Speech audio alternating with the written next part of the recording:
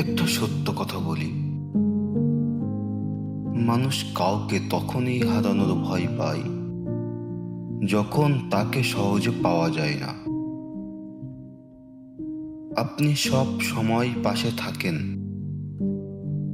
সব সময় সময় দেন, সব সময় বুঝতে চেষ্টা করেন, তাহলে কেউ কেন আপনাকে হারানোর ভয় পাবে?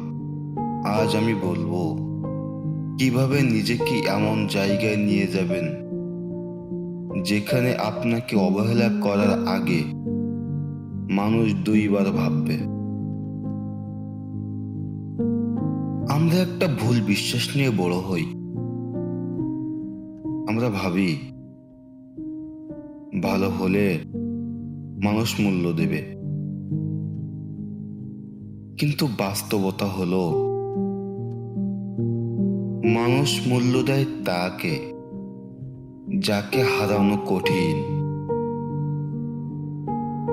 আপনি যদি সব সময় অ্যাভেলেবেল থাকেন, সব সময় রেডি থাকেন, সব সময় মানিয়ে নেন,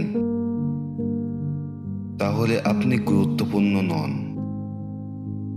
আপনি শুধু সুবিধাজনক, আর সুবিধাজনক মানুষকে হারানোর ভয় কেউ পায় না। প্রথম যে পরিবর্তনটা হতে হবে, সব মেসেজের সাথে সাথে রিপ্লাই দেওয়া বন্ধ করুন, সব কল ধরার অভ্যাস বন্ধ করুন। আপনার জীবন শুধু একজন মানুষকে ঘিরে না, এটা মানুষকে বুঝতে দিন। যখন আপনি সবসময় অ্যাভেলেবেল থাকেন, আপনি আর স্পেশাল থাকেন না। দূরত্ব কখনো কখনো সম্মান তৈরি করে।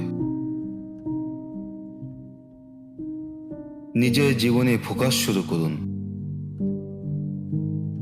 নিজের কাজ, নিজের লক্ষ্য, নিজের উন্নতি।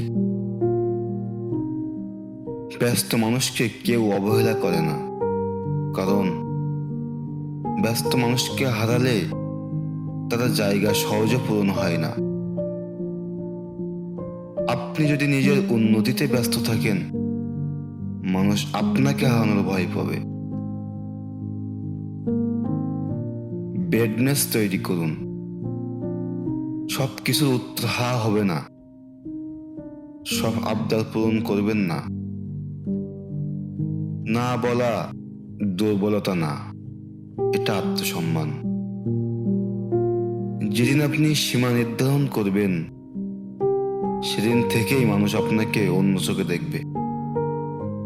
একজন মানুষই আপনার পুরো পৃথিবী, এই ধারণা বদলান। নিজের জগৎ তৈরি করুন। বন্ধু, কাজ, লক্ষ্য সব আলাদা আলাদা জায়গায় রাখুন। যে মানুষ নিজের পৃথিবী নিয়ে দাঁড়িয়ে থাকে, তাকে হারানোর ভয় হয়। সবচেয়ে বড় পরিবর্তন এখানে, আপনি কাউকে ধরে রাখতে চাইবেন না, আপনি শুধু নিজেকে উন্নত করবেন। যে থাকতে চায় থাকবে, যে যেতে চায় যাবে। এই মানসিকতা মানুষকে কাঁপিয়ে দেয়। মনে রাখবেন, মানুষ আপনাকে তখনই হারানোর ভয় পায় যখন আপনি নিজের মূল্য বুঝেন।